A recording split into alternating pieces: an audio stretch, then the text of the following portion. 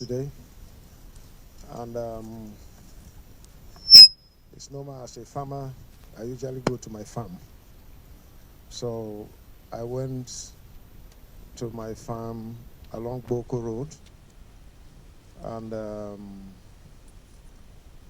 on our way back, we started hearing some gunshots.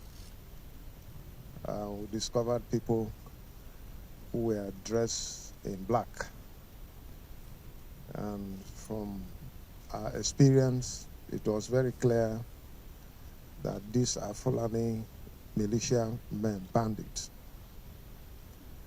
And I do not want to take things for granted, because a few days ago, the media were awash with the communique or the statement from the Fulani Mayatiala, who met in Yola. That is where they met in 2006, and decided that they must take Nigeria as their country, and every other person living here must be slave.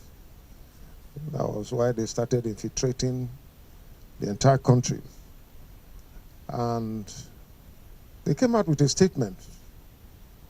I was alarmed, singling me out as the only person who is creating problems for the entire Fulani race in this country. It was quite disturbing. And behind the scene, I also heard that in the meeting, I was targeted for elimination. This was the information I got. And they will go after me, whether in my home or in my farm or wherever they get me. And this is not the first time. I had intelligence before that these people said they were going to kill my security aides and then capture me alive and give me gradual killing. But like I always say, my life is in the hands of God. It's not in the hands of any Fulani man or anybody whatsoever. And I still remain firm. I will fight for truth, justice, equity, and fairness till when God permits that I should not be here again. Then I can go. But it's only God that can permit my exit on this earth. Not any Fulani man. I want to say it boldly. They have no right. They will continue to fail just like they did today. I appreciate the security personnel attached to me. They were able to repel them, and they could not have access to me. And thank God for my fitness to have run for more than 1.5 kilometers without stopping. It means that God has given me strength, and I'm grateful to God. And I want to say a quote from Reverend Dr. Martin Luther King Jr., who said, "If peace means keeping my mouth shut in the midst of injustice and evil, I don't want peace. If peace means willingness to be exploited economically, dominated politically, humiliated and segregated, I don't want peace." Martin Luther King Jr. This is what he said. And I stand with him. I'm not going to subject myself to intimidation of anyone whatsoever. I don't have problems with any Fulani man or Fulani race.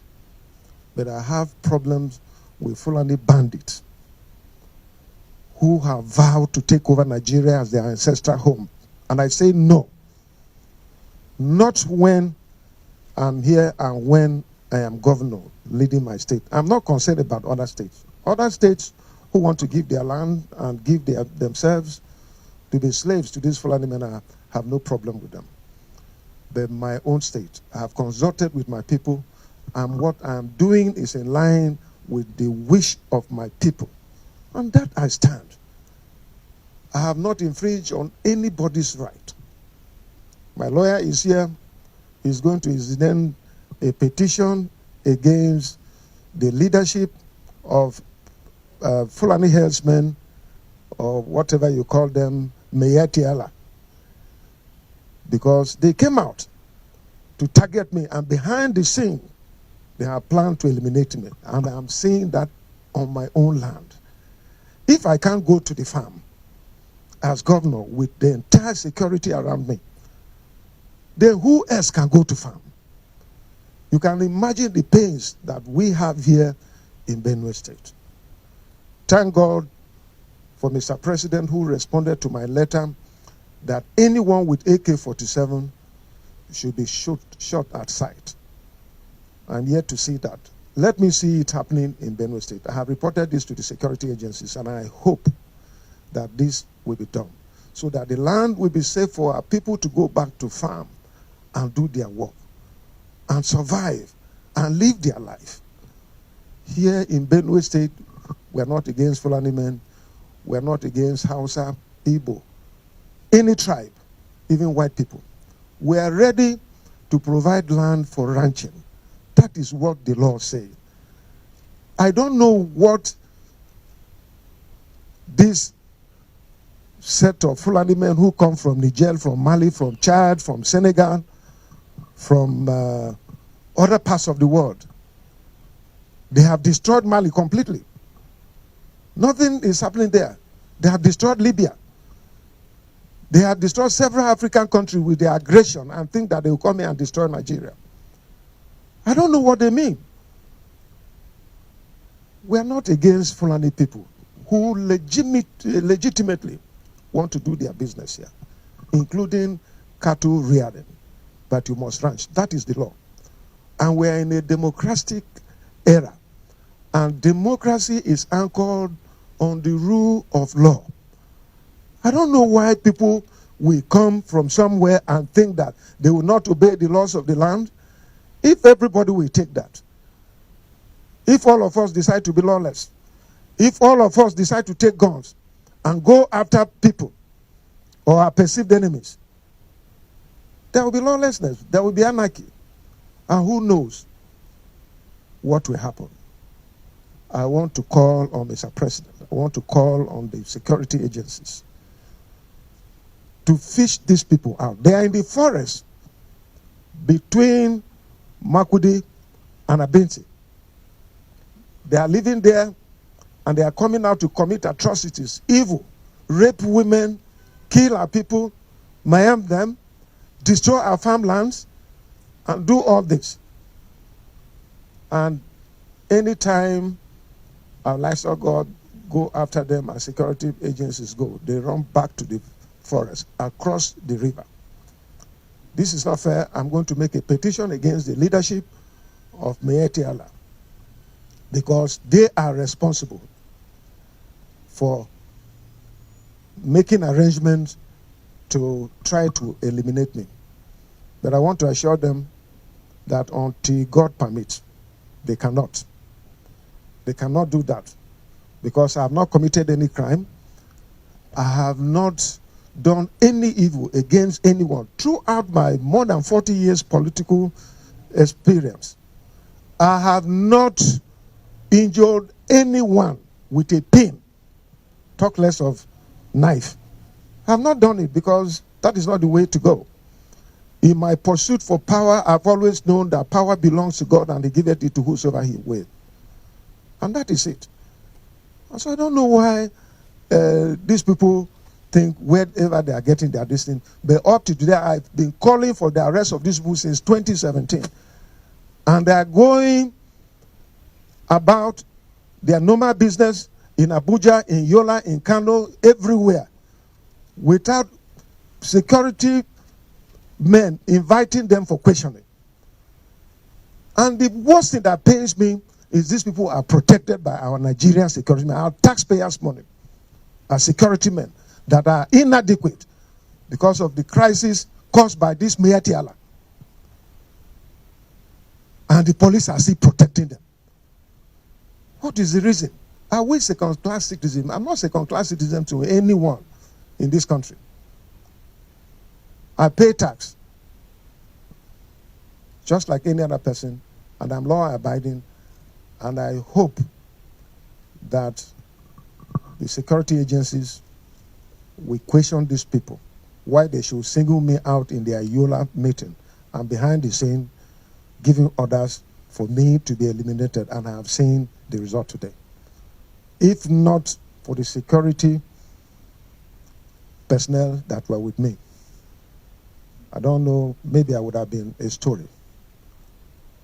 So that is it, but I'm going to make a petition to the president and to the security agencies for the leadership of Mayor Tiala to be arrested. They have no right. What they are doing is not correct, and government must not fold its hands. I believe in the unity of this country, and I'm not against anyone. I'm not fighting anyone. But I'm fighting for the right of the people that elected me. I'm fighting for justice, equity, and fairness. And I cannot compromise that one. And the law prohibiting open grazing in Benue State can never be reviewed. We're not going to do that. I've consulted with my people, and my people say that it will never be reviewed. On that we stand. Rather, if we're reviewing it, we're going to put more stringent conditions attached to it. For instance, the payment of fine on heads of cattle that are arrested in Benue State. So nobody should think about that. And come to think of it, I remain a solution to the problem that have bedeviled this country as far as herdsmen and farmers' crisis is concerned. Since 2016, I've been propagating ranching as a global best practice. And that is where we are today. Pessimism and skeptics who never accepted it, today they're accepting it. People who came out openly and attacked me, today they have laid the same bill to their houses of assembly to have ranches all over the place. And that is the only solution. So why have I become a problem? By finding a solution to a problem that is existing, and government is not able to come out to make pronouncement or legislate to ensure that we all live in peace. How am I a problem?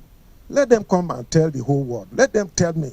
And I have always said that, look, if you disagree with me, tell me the other option that is superior to the one that I have brought on the table. Up to today, nobody has said it. I challenge all Nigerians. I challenge all Fulani men who are against me. I challenge Nigerians who are against me. Come out and tell me if there is another solution to ensure peace for farmers and herdsmen, and not just farmers and herdsmen and the people. Tell me, so that if it is superior to providing ranching for cattle rearing, then we can follow you.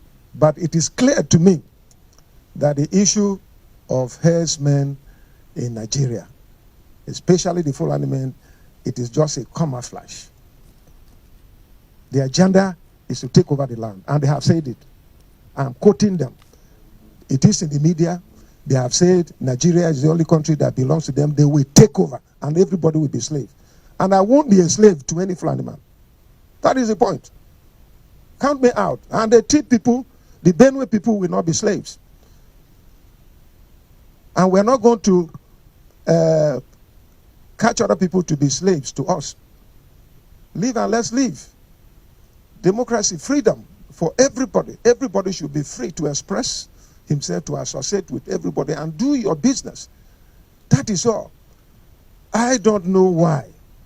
And I want to commend my colleague in Ekiti State, who came out yesterday clearly as the chairman of our governors forum to say that this government have failed. It's not about APC or PDP or anything. This is not politics. My respect to my chairman, governors forum. That is the truth. The Bible says you shall know the truth, and the truth will set you free. And so for him as an APC member to come out and say this, because if it were another governor from another party or myself coming, they will say we are playing politics. But Fayemi came out clearly and said that this government has failed. Providing security, this need. Everybody is running all over the place. Traditional rulers, governors, politicians. If I'm not safe in my own state, then who else is safe in Benue State? That is the question I'm asking. This is a painful aspect. So it is very serious. I appreciate President Buhari for coming out to give the shoot outside order with people carrying AK-47. That is one. I appreciate him for coming out to also say that the border in Nigeria should be strengthened. That is the second point I raised in my letter.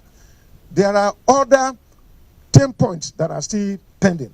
Let him address all these ones too, because if he wants this country to be together and ensure peace for all those issues must be addressed. All these issues of kidnapping and all that are brought here by Fulani men.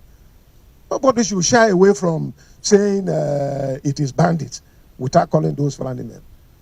Yeah, we have two people who are criminals. Ghana was a criminal. We never shared away from him. He was a thief man. There are still criminal elements within the state. And there are two people, there are dormant criminal elements. We know them, so we shouldn't shy away from them. Why should we not talk about Fulani bandits who are terrorizing everybody in the forest, and now they are here, and even inviting Boko Haram to join them to create problems here for us. So it is clear there's no other person, and they have not hidden it. They have come out to say that yes, they were brought in, so the people should settle them. We are begging the federal government, if they brought them, they should settle them to go back to where they came from, so that we can have our peace. What kind of a thing is it? Even if it means taxing all of us to settle them to go away, so that we can go to farm. If I can't go to farm, who else can go to farm in Benue State? So that is the challenge. Thank you very much. About what time did the incident occur? And we were there, was anyone injured in your convoy? This was around 11 o'clock. 11 a.m. Nobody was injured. Like I said, my security men took them up and were able to repel them. So they went back. As I talk to you, Operation Wise Troop is on them. The police are there, the SS are there, all the security. We have to call for reinforcement. But thank God we were able to escape unhurt.